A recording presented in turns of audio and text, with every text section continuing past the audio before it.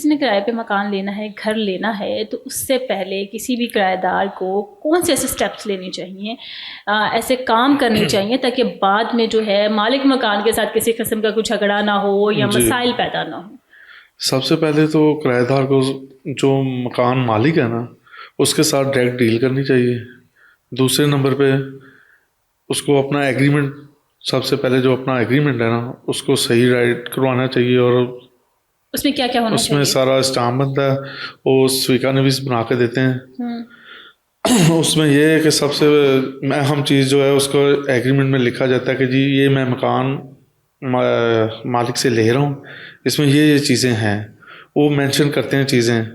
उसमें ये नोट करना चाहिए कि वाकई ये चीज़ें मौजूद है उधर जो एग्रीमेंट में लिखी हुई हैं। अच्छा। दूसरे नंबर पे ये होता है कि अपना एग्रीमेंट की जो एडवांस सिक्योरिटी जो चार्जेस हैं वो जो होते हैं जो भी उनमें तय होते हैं वो कंफर्म करके लिखें उधर। उसके साथ एंड पे ये लाजमी लिखें कि अब मुझे 1 महीने का, जब भी मैंने खाली मालिक मकान ने मुझसे करवाना है तो नोटिस डेट होती है 1 महीने की। अच्छा। कमर्शियल में 2 महीने की होती है। ठीक है। अगर कोई कमर्शियल प्रॉपर्टी है जैसे शॉप है या कोई चीज़ है तो उसकी 2 महीने की डेट होती है। और जो घरेलू है उसकी 1 महीने की होती है। ठीक है। वो लाजमी मेंशन करवानी चाहिए कि मुझे इतना टाइम दे मालिक। कई ये बार ऐसा हो जाता है कि मालिक कहता है जी खाली करें। अच्छा। उसमें नोटिस नहीं देते। उसमें नोटिस अगर वो एग्रीमेंट में लिखा होगा तो फिर किराएदार क्या करे? और नोटिस डेट होती है 1 मंथ, 1 महीने की डेट होती है।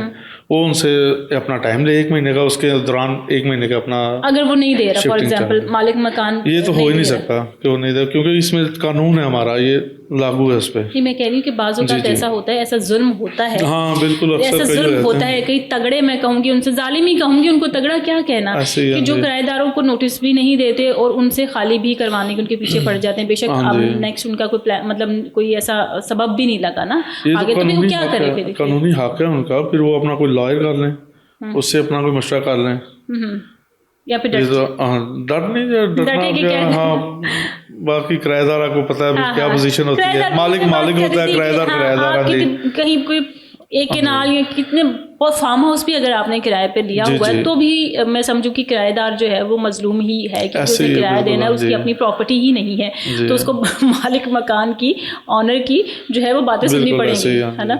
अच्छा, हाँ जी बताइए। बाकी ये है कि किराएदार हमने ऑलमोस्ट ज़्यादातर यही तकरीबन समझने के हर टाइम देखते हैं जो हमारे पास इश्यूज आते हैं। किराएदार कोई भी अगर किराया मालिक को टाइम से दे रहा है, बिल अपने टाइम से पे कर रहा है, फिर तो इशू बनते ही नहीं है ना, कोई मसला ही नहीं होता। तकरीबन 85-90% ये चीज़ है। इसमें जो 10% आ जाती है वो ये है कि वो आप जिस घर में मालिक मकान और किराएदार इकट्ठे होंगे तो फिर उधर कोई थोड़ा बहुत वो हो जाता है, बहुत नहीं, वहाँ पे अच्छा खासा होता है, अच्छा खासा हो जाता है, बर्दाश्त नहीं ना कर रहे होते हैं। यही बात होती है।